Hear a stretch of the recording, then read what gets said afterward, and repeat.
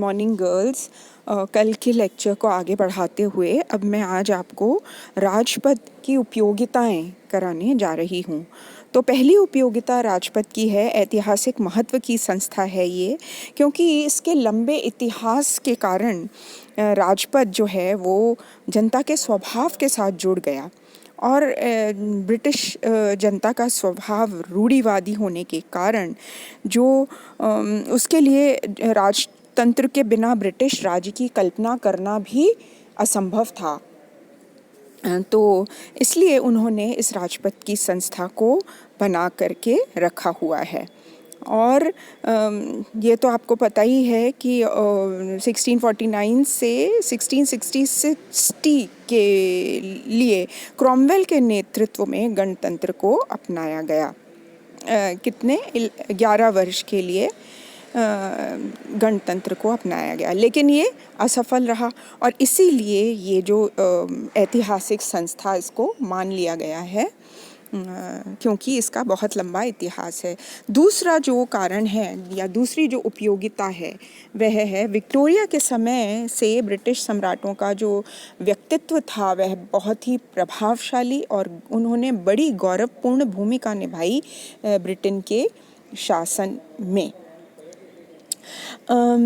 हम यदि queen Victoria को देखें तो हम ये पाएंगे कि बदलती हुई परिस्थितियों के अनुसार वैधानिक शासिका के रूप में उन्होंने बहुत बड़ा सम्मान अर्जित किया राजपद के लिए। उसी प्रकार से एडवर्ड्स 7 की जो मिलनसार प्रवृत्ति थी और उनका जो विनम्र व्यवहार था उसने राजपद की संस्था को बहुत ही प्रसिद्ध बनाया। ठीक उसी प्रकार जॉर्ज 5 ने भी अपने वैयक्तिक संपर्क, कर्मठता और अच्छे व्यवहार और व्यक्तित्व के कारण राजपद की जो जड़ें हैं वो बहुत मजबूत बनाई। तीसरा कारण है राजपद का लोकतंत्रीकरण। इसके अंतर्गत हम ये कह सकते हैं कि 1688 की जो गौरवपूर्ण क्रांति थी उसके बाद लोकतंत्र के विकास में राजपद की संस्था कभी भी बाधक सिद्ध नहीं हुई और इसी कारण से उन्होंने सहयोग दिया पूरा लोकतंत्र में और इसीलिए इस संस्था को बना के रखने में कोई भी परेशानी ब्रिटेन में नहीं हुई। वर्तमान समय में भी राजपद जो है वह लोकतंत्र का प्रतीक बन गया है और राजपद के लोकतंत्रीकरण को दृष्टि में रखते हुए ऑग ने कहा है कि राजपद जो है राजमुकुटधारी गणतंत्र के नाम से ब्रिटिश शासन व्यवस्था को पुकारा जाए।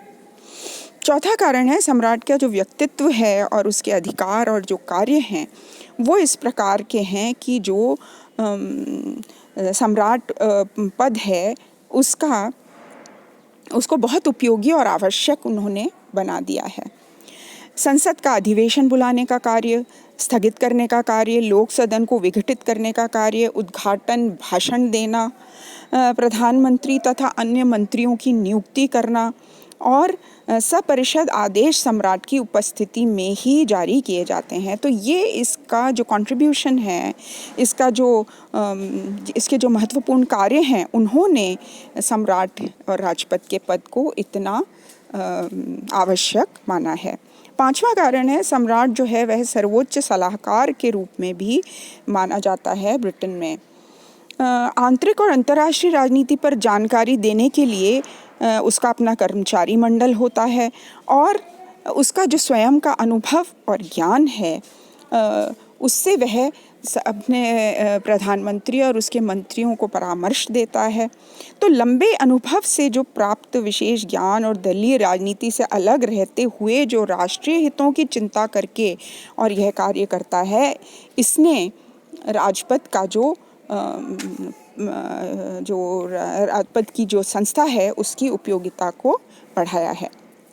छठा कारण है सम्राट जो है वह मध्यस्थ के रूप में भी कार्य करता है। 1914 में लॉर्ड जॉर्ज ने होम रूल बिल पर समझौता कराने का प्रयत्न किया और 1916 में सम्राट के निजी सचिव ने एक्सविथ और लॉर्ड जॉर्ज के विवाद को सुलझाने की चेष्टा की। तो इस प्रकार हम देखते हैं कि वो एक सफल मध्यस्थ के रूप में भी कार्य करता है।